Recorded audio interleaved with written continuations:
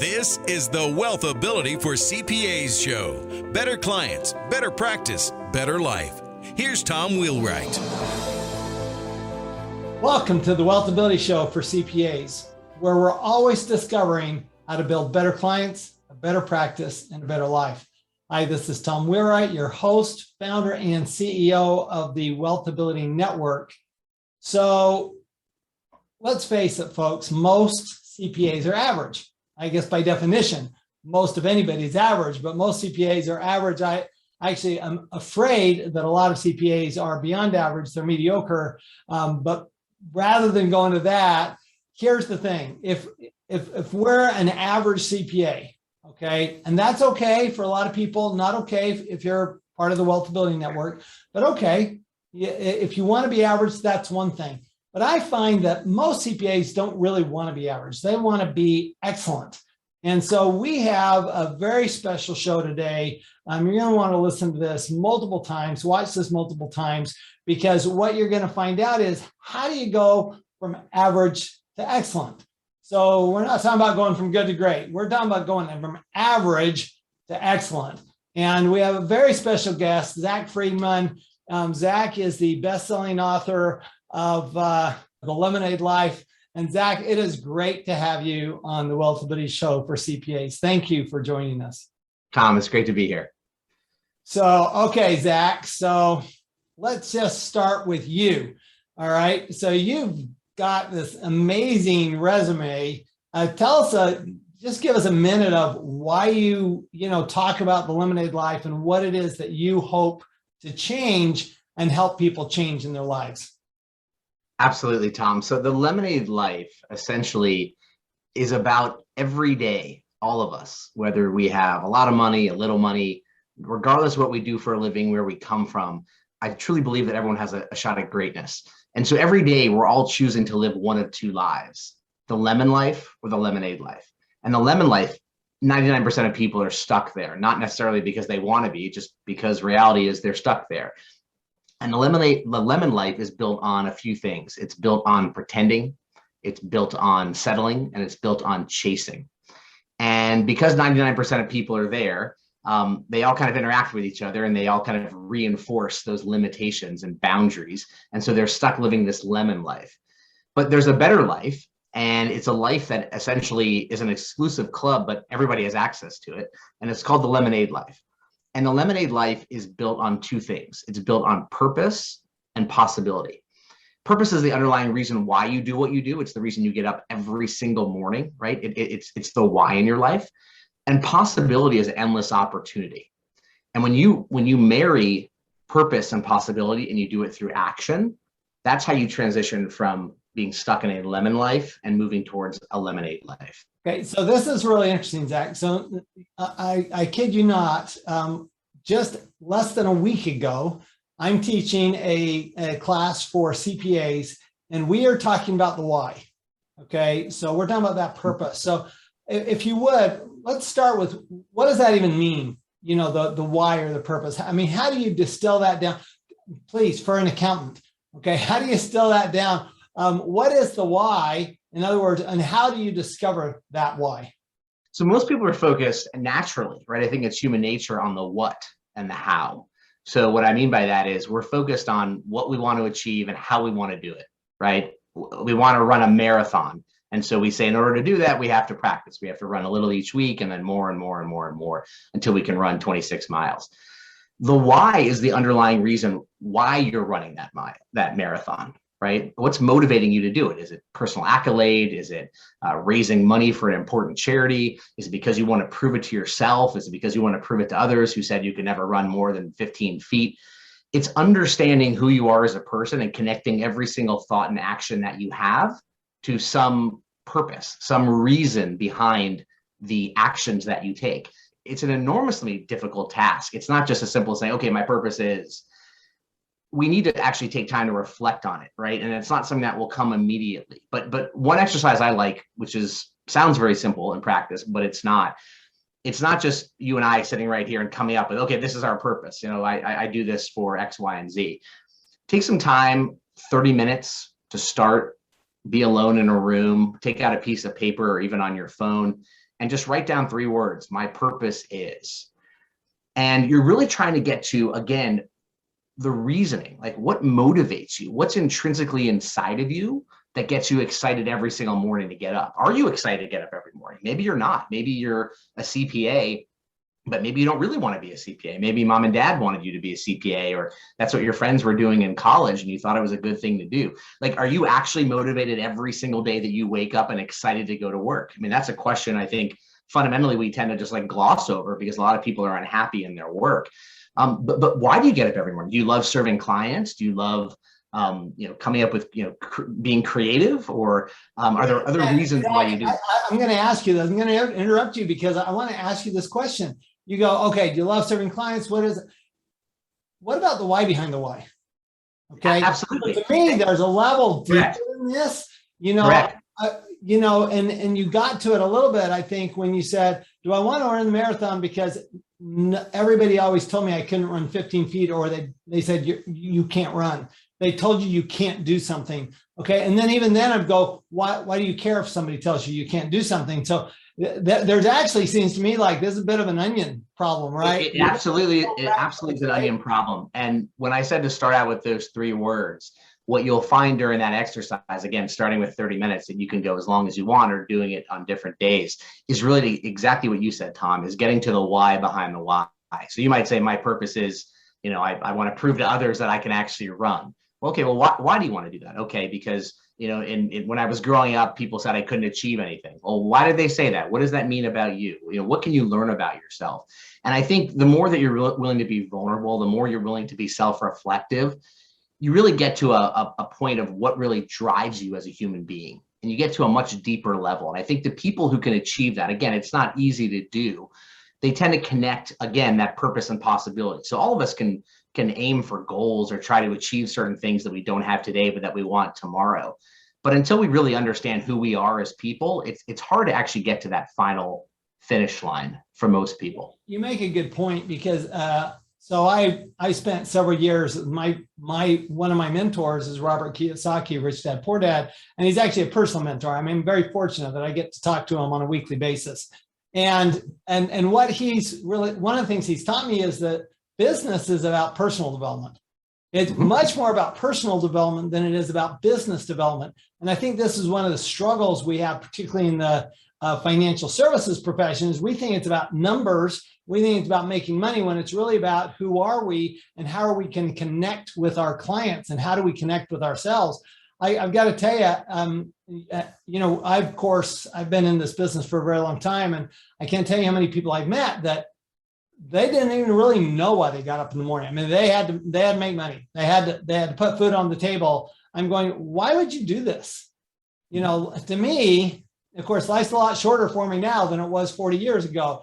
But to me, life is too short to be doing something that is not our calling. I love the book, The Happiness Advantage, which I'm sure you've read, where he talks about a calling as opposed to a job, right? Or a career. And what I hear you talking about is, what's your calling and why is that your calling? Absolutely. I gave a TED talk on this, which I would encourage everyone to look at. And it's the secrets to happiness at work. And, we spend up to 70,000 hours of our lives at work. I mean, just think about that for a minute. I can't do something I don't like doing for 15 minutes. I mean, let alone 70,000 hours. Yet we all know people, right? Friends, family, who've been stuck in a job they just don't like. And they do it because, they have to provide for their family, or just because it's too hard to apply to another job, or they'll hope it'll get better, but they don't really take any action to do it. And I think the people that are stuck in that, whether you own your own business, or you're working as a CPA, or you're working for somebody else, if you don't actually love what you do, it becomes very hard to be successful at it. It really, really does. I mean, Robert Kiyosaki is a great example. I mean, he's made a very successful life, not only with Rich Dad Poor Dad, but with his real estate investments and other investments that he's had. And he's really passionate about it. Right? He really, really understands that business well. And I think that's one of the reasons he's been very successful, right? He's found something that he really there's no question. I've traveled all over the world with him, and he'll do these presentations, and like I've been traveling with him for close to 20 years, and I'm always amazed by he's still got the same passion today that he had 20 years ago, and Absolutely. So he really does understand his why. And so I get why that's important. So, okay, so let's say you take that time and you really feel like you can dig deep and figure out the why behind the why behind the why. And now you've got, you have an idea of why you're doing what you're doing, and you've got a purpose, you're driven there. All right, so what's the next step into going from average? I get that's a big part, but that's just step number one, right? What's the next step in going from average to excellent? So the next step after that is really reprogramming 5 behaviors that lie within all of us. And so I studied leaders from business to politics to sports to religion, and really married together all of kind of the key elements, the key behaviors, the key switches, as I call them in my book. And what I found was that the most successful people in the world had these 5 series of behaviors. And I think all of us have the opportunity and possibility to flip on those 5 switches. And when we do, we can move from an average life to an excellent life, from a lemon life to a lemonade life. And the best way to remember those, very, very simply, is through an acronym, and it's PRISM, PRISM. And so P is for perspective, R is for risk, I is for independence, S is for self-awareness, and M is for motion. If you can master all 5 of those things, and I talk about it in detail in the Lemonade Life, you have an opportunity to connect your why or your purpose with your possibility. And that's how we become successful. All right, so let's walk through a little bit of that, if we can, on a very practical basis. So what do you mean when you talk about perspective? For example, you're saying, well, we have to start with perspective, and how do you relate that to your why? So it really all starts with perspective, right? What's inside your mind more than what's inside your heart is going to drive your actions on a daily basis. A lot of people want to lead with their heart, and that's important. But it starts in your mind, because mind connects to your facts. And if you understand that the world is built with unlimited possibility, I think that's the most important thing you can start with. You're an entrepreneur. Robert Kiyosaki is an entrepreneur. Entrepreneurs believe in potential. They believe in possibility. They don't always have a clear roadmap of how to achieve it, right? I mean, those are more of the details, but understanding that the world has unlimited opportunity for everybody, really for everybody. It doesn't matter how much money you have or where you went to school. Everyone has a shot at greatness. And I truly believe that, and that's fundamental to the Lemonade Life. So understanding first that that world is full of potential. There are people who I talk about who live in the lemon life who are called eternal excusers, right? And we've all met these people, right? These are folks who, no matter what you say, no matter what you do, no matter what opportunity you present to them, there's always a reason why it cannot happen. Yeah, but right? let's face it, right now we're going through that as a society. Okay, yeah, we're in a victim society right now. I mean, let's face it, we've got a lot of things. I'm a victim of an election. I'm a victim of something that happened years ago. Okay, there's a lot of victimhood going on right now, and it's actually being celebrated, and it's I think to a large part it's being rewarded. Okay, so how do you deal with that as it becomes more and more part of the fabric of society, that not only is it okay to be a victim, but you've got people telling you over and over, you're a victim. And what I'm hearing you say is, look, wait a minute, if you're going to have that limited life, you cannot be a victim. You've got to understand that you have the potential, but it's up to you to reach that potential, nobody else. It's all based on individual responsibility. So eternal excusers don't want to be responsible for their own actions, right? They want to push the blame onto somebody else, right? Somebody else prevented me from doing this, or I wasn't able to become rich because the system's rigged, right? Or, I don't really have opportunities. And so they kind of, almost self-inflict these boundaries, these artificial roadblocks that prevent them from ever moving forward. And I think that's one of the biggest impediments that people have in their life is that fear of creating their own business, right? Starting their own wealth firm or their own wealth network, their own CPA firm. Not that everyone has to be an entrepreneur. You can certainly be successful working for other people, but just having that mindset that you can accomplish anything. You can grow your client base by 30% this year, by 50% this year, versus, well, I can't really take on new clients. I don't have time. Think of all the people I have to manage, or I have to send out more invoices. There's reasons that we can talk ourselves out of doing things rather than talking ourselves into reasons why we can do things, right? And so it really all starts with perspective. I talk about in the book a lot of different stories of folks who kind of focused on mindset and ways that you can improve yourself, whether it's ways that you start your morning. Your morning routine can be incredibly important. And there are a lot of examples in the book, in the Lemonade Life, about that. So my mother, who people hear a lot about my mother because she was a great woman. And, you always hear this, well, you need to think outside the box, right? And my mother would say, why do you have a box, right? Get rid of the box. That's the problem. The problem is the box in the first place. Let's get outside that box. And she used to say, for every single problem, there are 50,000 solutions, and we probably only thought of 3. Okay, so don't forget that there's the other 49,997 possibilities there. So I love that. I love, P perspective, but maybe P is also possibility. So I love that combination of things. So, all right, so then let's go to R. So what's R again? So R is risk, right? And it's not so much, are you an entrepreneur who takes a lot of risks, or are you risk averse, right? Most people think of it in that binary way. But in the lemonade life, the best way to think about risk is really the relationship between the two. So if you think like something like a risk reward scenario, right? So it's not just like, do I invest in this stock or do I not? It's more understanding, here's my upside opportunity and here's my downside opportunity. And am I willing to take a bet that the upside will be a certain multiple of the downside?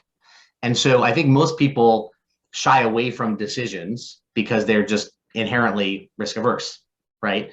But instead, if they look at the relationship between what their upside can be and what their downside can be, they'll understand that no one has perfect, information, right? And so you have to make a decision and determination. Of course, not doing something is also risky, right?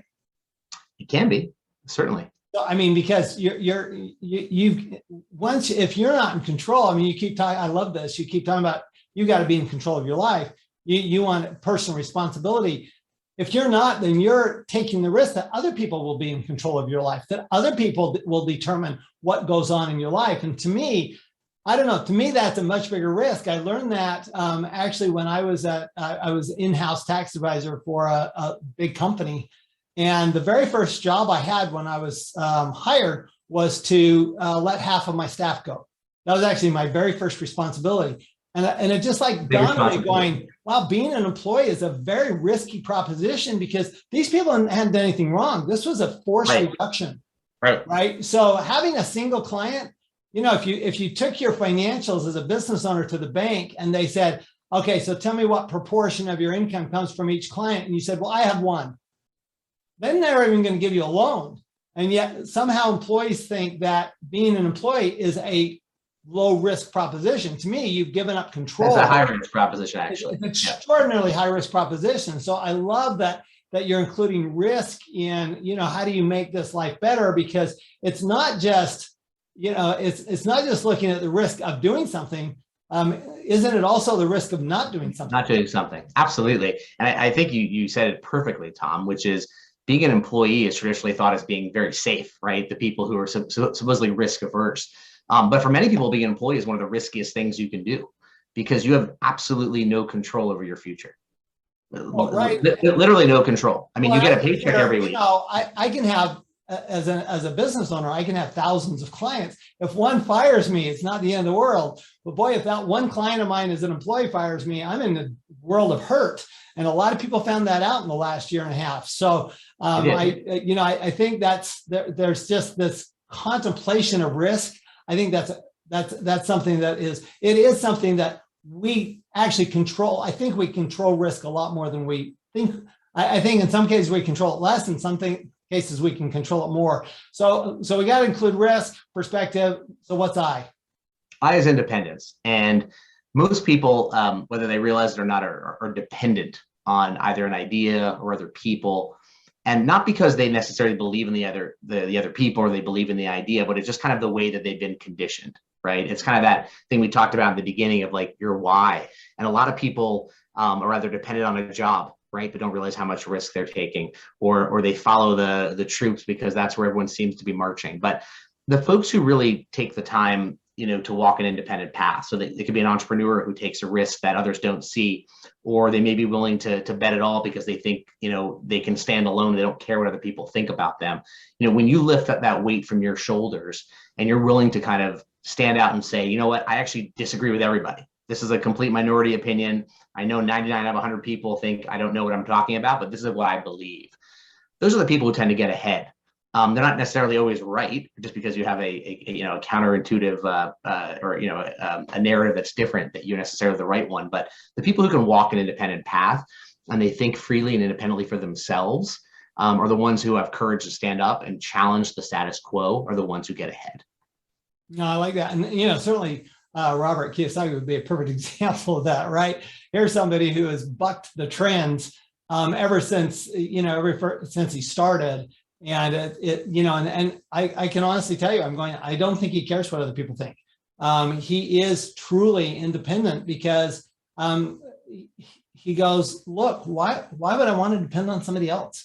Why would I want to do that? I mean, I feel the same way. I mean, why would I want to depend on something happening, or on the government, even worse? Why would I want to depend on this organization that barely functions in the first place? Or why do I want to, depend on something happening? Well, if this happened, that'd be great. If I get a promotion, that'd be great. As opposed to that independent thinking of that's your self-determination, right? Is that independent thinking? Absolutely. It's self-determination. And it's also, as you said, Robert Kiyosaki being an example, when you don't care what other people think, I mean, think about how much better your life is, right? I mean, you're not worrying what so-and-so said at work, or what your boss thinks, or how much your money your neighbor has. If you think of all the worries that people have on a daily basis that kind of inhibit their own personal growth, once you can remove that, I mean, you feel obviously a physical weight off your shoulders, but the emotional and the mental investment people make worrying what other people think about them, evaluate yourself, right? I mean, give feedback to yourself that's honest, but you don't need other people to tell you whether you're good or you're bad. Think independently and freely. I think it's the best way to operate. Awesome. Perfect. And S. So we're to S. S is about self-awareness. It's very similar to some of the things we just talk about, but it really challenges each of us to kind of look inward. And I think a lot of people will focus on the exterior, right? Here are all the things I'm wonderful at. But we don't spend enough time kind of reflecting and understanding ourselves, not necessarily to put ourselves down. I think between strengths and weaknesses, people say try to balance both. I think people should just focus on their strengths. Doesn't mean you can't identify your weaknesses or try to get a certain baseline, but you don't have to be amazing at everything, right? I mean, everybody has weaknesses. If you need to step up your public speaking, okay, great, do that. But if you have 20 weaknesses and 20 strengths and your time is limited, focus more on your strengths, because that's where you're going to win. But self-awareness is also about just understanding who you are, right? What makes you tick? What motivates you? What excites you? What are you afraid of? What are you fearful of, right? The more you understand yourself, and again, that's not an easy exercise to do. It's not just, spending 5 minutes doing it. It's really, what Peter Drucker has called a mirror test. It's really looking in the mirror and understanding, who is Tom? Who is Zack? Once you understand more about yourself, it's so much easier to win, right? You know yourself so much better. You know what makes you tick, what doesn't make you tick, what drives you. And I think the people who are willing to take that risk, again, to be vulnerable, those are the people that get ahead in the lemonade life. It's interesting. We hear a lot about transparency these days, right? The internet has caused transparency, and we're looking for transparency in organizations. We're looking for transparency in government. We're looking for transparency. And yet most of us forget that transparency begins with us, right? Well, we're not even willing to look at transparency within ourselves. We're not transparent to ourselves, let alone to everybody else. What's really interesting is when you combine that independence and that self-awareness, then what happens is that being vulnerable is not a big deal, because you're not really vulnerable because you don't care, right? So it doesn't matter because you're independent. It doesn't matter that other people know what you already know. But I think what we're most afraid of is other people pointing things out that we don't know about ourselves.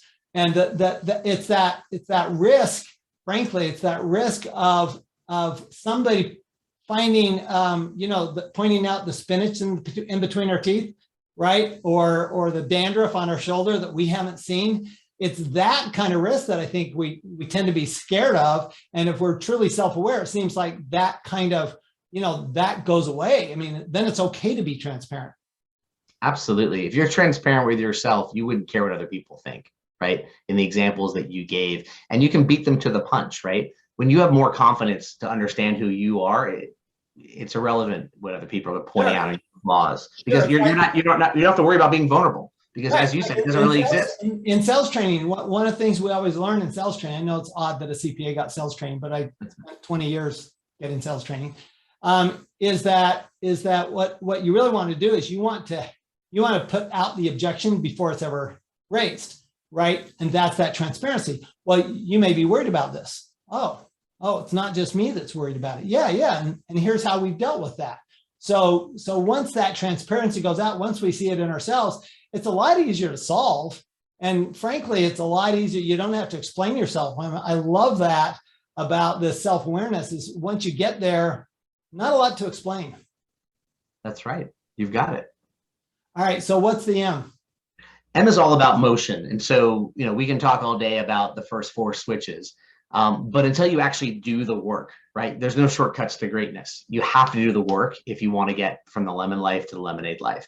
And so I walk through different ways that you can achieve that, but you got to be in motion. People who live the lemonade life, I call them daring disruptors in the book, are people who are proactive, right? Life's not going to come to you. You have to go grab life by the horns. And it takes time. It takes effort. Again, there's no shortcuts to greatness. Anyone who's achieved anything, besides winning the lottery, has achieved it on their own accord and their own effort.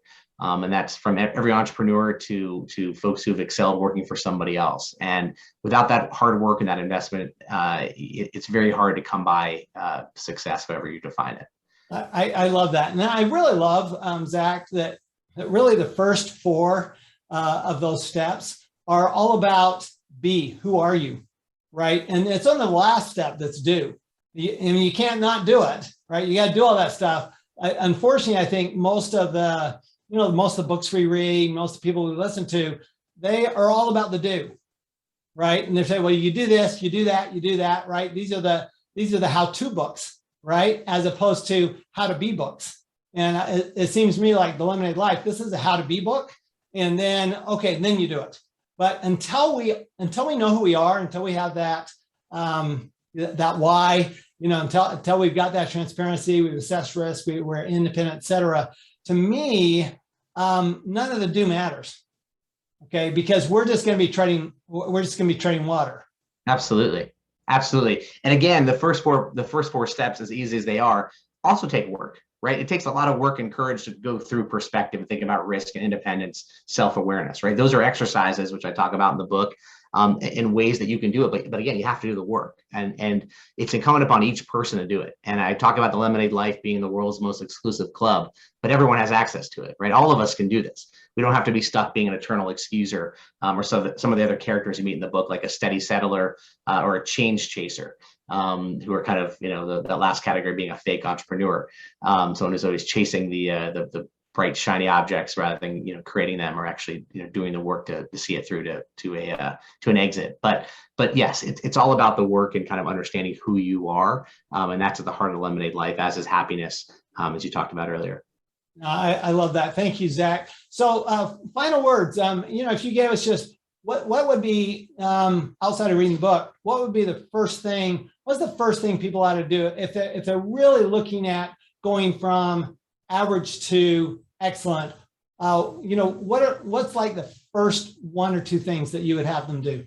Practical steps. Yeah, the first thing they need to do, I would say, is self-reflection. I mean, it's really having an honest conversation with yourself, and evaluating yourself critically. Talk about all the wonderful things you've done, that you feel that you've done.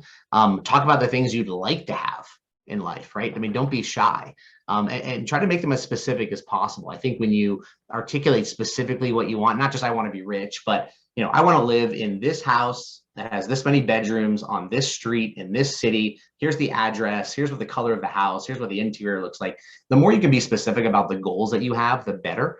And then I think on the flip side, you want to understand, what are you not good at, right? I talked about that earlier. You still want to identify your weaknesses and what you're not good at, but just don't spend your time there. I think people spend a lot of time, not wanting to understand their weaknesses, or trying to get better at their weaknesses, and they kind of like overextend themselves, right? Like, figure out what you're actually good at, right? Figure out where you think your core competencies are. Spend your efforts there. In fact, and do you enjoy it is another thing too. If someone's average in their job, they probably don't have the skills, or they've misidentified what they actually care about and what they're good at. Everyone's good at something, and everyone can enjoy work. I mean, I'm sure you wake up every day and love what you do. I mean, I certainly do. And I think that, people who do that and understand themselves better are going to excel. So if you want to go from average to excellent, understand who you are, what you want, and make sure that what you're doing currently matches that. And if it doesn't, start to identify the things that you enjoy that you think you could transition to. That's what I think the first step is. I love that, Zach. Thank you so much. I love your emphasis on focus on your strengths, not your weaknesses. I'm a huge believer in that. I can hire other people to deal with my weaknesses. I don't need me to be great at everything, because guess what? We can't be. And so why not instead of being pretty good at everything, why not choose those things that we can actually be great at? Because like you say, we're going to love those. Going to get us up in the morning. People constantly ask me, how can you possibly get excited about taxes? I'm going, because it is great. It is fascinating stuff. I love it. We're going to make this simple. We're going to make this effective. We're going to do this. And that's what makes it fun. Right. So thank you, Zack Friedman. Where do we go? Not just, we know your book, but where do we go to get more from you? Well, Lemonade Life is available all over the world. Audiobook debuted at #1 on Apple's bestseller chart for business books, lemonadelifebook.com, and you can grab it anywhere that you listen to audiobooks or buy books. I'm at zackfriedman.com, ZackFriedman. You can read me in Forbes almost on a daily basis. And check out the book. Let me know how you feel and what you think about it. And I'm all over social media as well at Zack A. Friedman. Awesome. Thank you, Zach. And thank you, everybody, for listening. I know this is not exactly what you always expect from a podcast for CPAs and financial professionals, but just remember, when we are focused on that personal development, when we are focused on why we do what we do, and really the why behind the why, and then we really start to understand what are, how to become independent, how to deal with those risks, et cetera, et cetera. I think Zach's hit it on the head in the book, because it's really personal development before success, not personal development, just as a pastime. This is what creates our success. And frankly, my experience is this is what creates the better clients, the better practice, and the better life. We'll see you next time. You've been listening to the WealthAbility for CPAs show. Better clients, better practice, better life. To learn more, go to WealthAbility.com.